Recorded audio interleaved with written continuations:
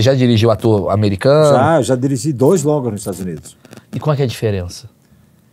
Eu dirigi um filme de estúdio, né, assim, tipo, que é ultra controlado, era um filme de indústria, foi super uma coisa controlada, e dirigi um filme independente em Nova York, que foi mais divertido, com a equipe bem jovem.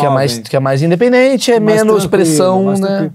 As coisas culturais, né, assim, tipo, são diferentes, os códigos da indústria. Mas funciona, você entende aquela coisa do tipo assim, Hollywood funciona por causa disso, e que o Brasil ainda precisa... O que o Brasil precisa ainda aprender? O que você observou, assim? Não, eu acho assim que, na verdade, a diferença maior de todas é o dinheiro, né? Com dinheiro a gente faz tudo, né? Aqui, tanto é o DNA, por exemplo, é uma série que tem um padrão de produção internacional, porque teve um pouco mais de investimento, e aí você vê, quando a gente tem um pouco mais de investimento, a gente chega lá. Tanto no resultado de qualidade, quanto no resultado de audiência. E aí a gente vai chegar na pergunta que é a polêmica do Brasil, que é aquela galera que fala da Lei Rouanet. Tá todo mundo olha pro diretor e fala assim, o diretor tá lá em... Sempre falei isso. Comendo osso em Paris. Você tá aqui criando tirando os achismos do que as pessoas imaginam. Só que fica aquela polêmica do tipo assim, o cinema nacional come o dinheiro do Estado, bababá, bababá. Como é que é isso no meio de vocês? Tipo, essa discussão... Primeira coisa, eu vou falar o seguinte, eu sempre fiz muito mais filmes com dinheiro privado do que... Isso é legal até falar, porque as pessoas não imaginam que tem isso, né? Tem. Tipo... E, assim, essas indústrias, né, que eu falei assim, da indústria americana, é a única indústria do mundo 100% privada. A indústria americana não tem dinheiro estatal. Não tem dinheiro estatal, a única do mundo. E também é o cinema hegemônico exportador para o mundo inteiro. Sim. Só que é uma indústria que produz um produto nacional, americano. Sim. Só que a gente não quer competir nesse mercado, quer ou não quer? Entendeu? Assim, a nossa indústria audiovisual, e ela é forte, olha aí a televisão, entendeu? Pois é. Ela é sempre, o potencial criativo... É forte, entendeu? E você pega países, por exemplo, dou um exemplo, Coreia. Que agora tá... Coreia, França... México. Assim, são países que a Coreia, para dar um exemplo, eles têm uma política estatal de investimento massivo no audiovisual e na música, K-pop. Eles passaram décadas investindo, com foco no cinema comercial de gênero.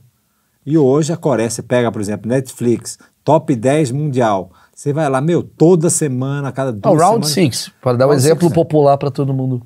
Toda semana tem um Parasita que dorama, né? Doramas coreanos, entendeu? Então os caras criaram uma política de incentivo do cinema que hoje é um país exportador, que a gente está consumindo na Netflix, a novela, dorama, novela coreana, Sim. do mundo inteiro está consumindo, entendeu? Assim, por quê? Porque é assim, como qualquer indústria de carro, de qualquer coisa, de telefone, computador, as indústrias competem, você tem leis de proteção.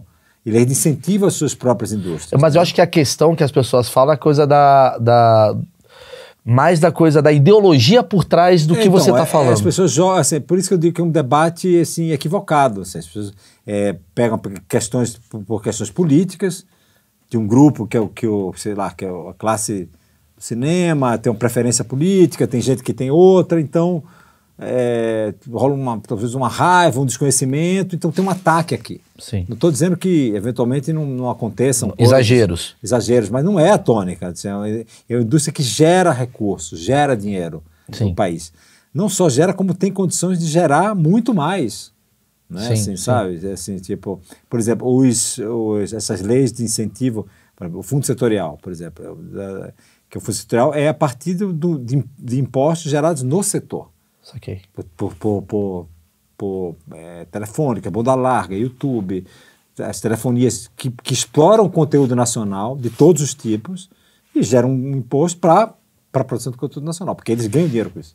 Então é justo. Mas daria para o Brasil usar o sistema americano, essa coisa, por exemplo, que o Brasil é continental como os Estados Unidos, tudo bem que os Estados Unidos tem uma porrada de dinheiro que o Brasil não tem, mas por que o privado não se interessa tanto como lá nos Estados Unidos? Eu acho assim que está se interessando hoje, a gente tem já, né, tem a disrupção agora das plataformas, porque a plataforma digital é disruptiva em tudo, né?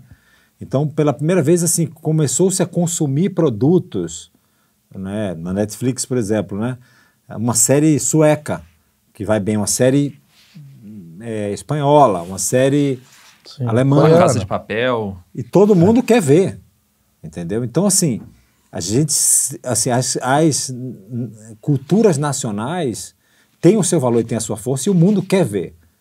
Só que você tem uma indústria hegemônica, que é a indústria americana, que por muito tempo, assim, tipo, numa guerra de mercado, excluiu a possibilidade de outras cinematografias existirem. Eu não sabia Porque disso. nos anos 70, por exemplo, você via um Truffaut, um Fellini, você via em todos, nos Estados Unidos, todos aqui. E depois, dos anos 80 pra cá, parou. Foi uma política de Estado deles. Pra Como? bloquear. Me explica. Foi tipo hegemonia mesmo. Vamos aqui nos Estados Unidos só entra filme americano. Não passa filme europeu mais. Não passa filme europeu mais, entendeu? O público americano começou a desacostumar com isso. É uma indústria muito competente, muito boa de qualidade, que é a indústria americana, e fizeram uma política de protecionismo. De protecionismo, produz aqui e exporta para o mundo inteiro. Beleza, mas eu estou só comprando, mas e qual é a minha, entendeu? Sim. Eu vou taxar, como é que eu vou competir com você? Por exemplo, o audiovisual nem usa a Lei Rouanet direito. Usa, entendeu, fundo setorial, usa outras coisas. Então, assim, tipo... Pois é, as pessoas entram nessa discussão. Nem usa a Lei Rouanet. E detalhe, Cristiano, claro, não estou falando que eu sou a favor, não estou falando disso.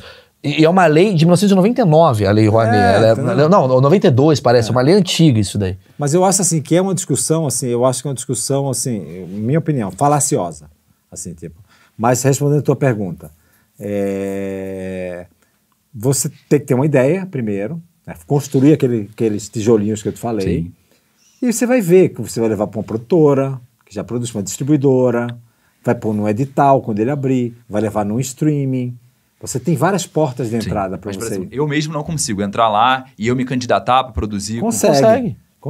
É isso que a lei fornece. Não, mas sem ter contato com uma produtora, por exemplo. Sim. Você vai lá para ver o edital que ele falou. Você vai no edital, vai abrir o edital dia tal. Só que, por exemplo, tem para algumas coisas que você tem que ser uma produtora. Entendi. Você tem que ter características. Você tem que ser uma pessoa, porque você vai pegar o dinheiro público, se for edital, se for privado também é a mesma coisa, e você vai gerir um recurso que você tem que mostrar Ancine. Onde você gastou, o que é que você gastou, prestar contas. Não pode ser público ou privado, entendeu? Se eu faço uma série para alguém, eu vou ter um controle financeiro, tem auditoria toda hora, eu tenho que justificar cada centavo que eu gastei. A mesma coisa do dinheiro público, eu tenho que justificar tudo que você gastou. Você tem que ser uma empresa para fazer isso. Por isso não dá, porque senão acontece. Às vezes tem casos de pessoas que pegam dinheiro e não fazem o negócio. Sim. Entendeu? Então, assim, o que a pessoa vai julgar, né? O Douglinhas lá, chegou. O Douglinhas, só que, mas será que o Douglinhas vai conseguir entregar esse filme? Será que ele vai saber fazer isso que ele está dizendo que ele vai fazer? Ele escreveu um roteiro legal, mas será que ele vai entregar?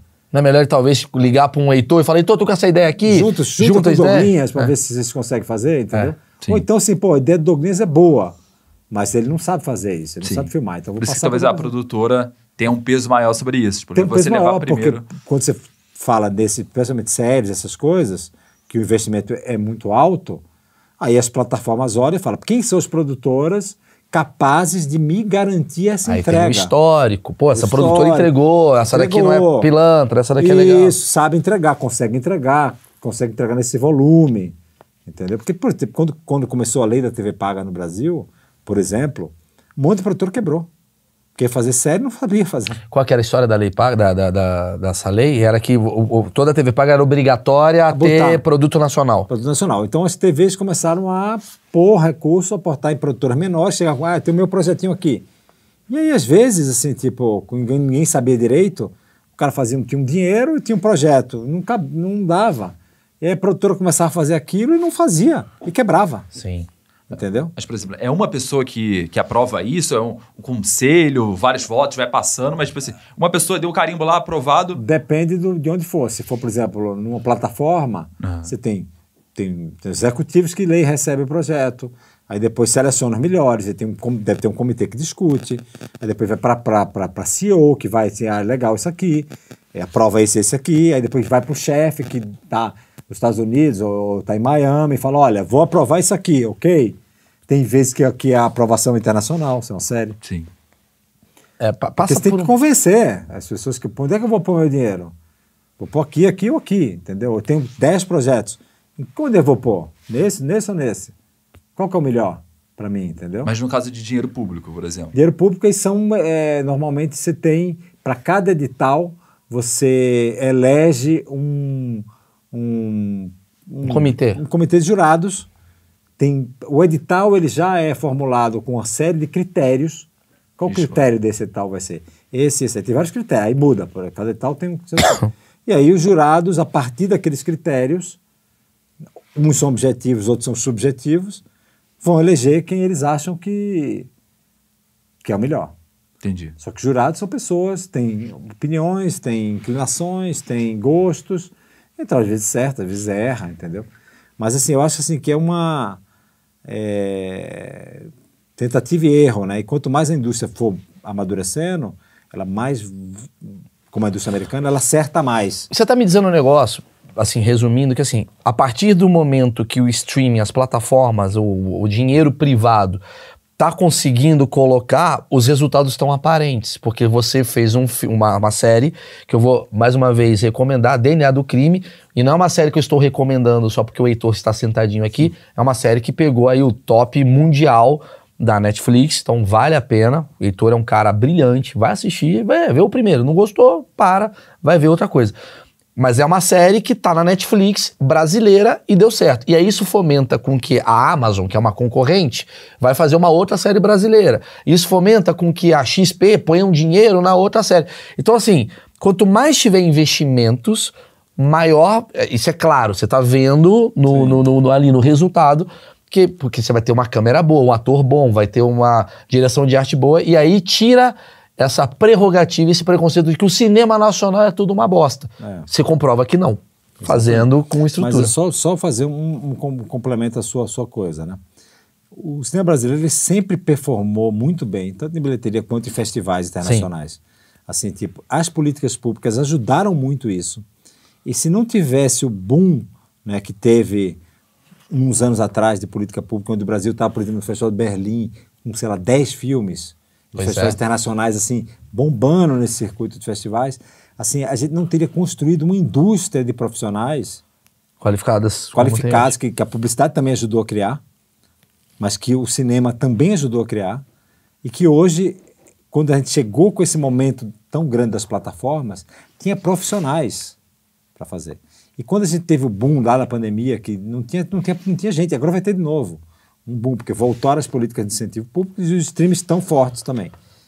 Assim, aí, quando tiver isso, você vai ter um cenário perfeito, onde você vai ter filmes e séries e coisas para a indústria crescer. Aí essa indústria que vai crescer, eu acredito muito nisso, vai ter coisa boa, coisa ruim, coisa média.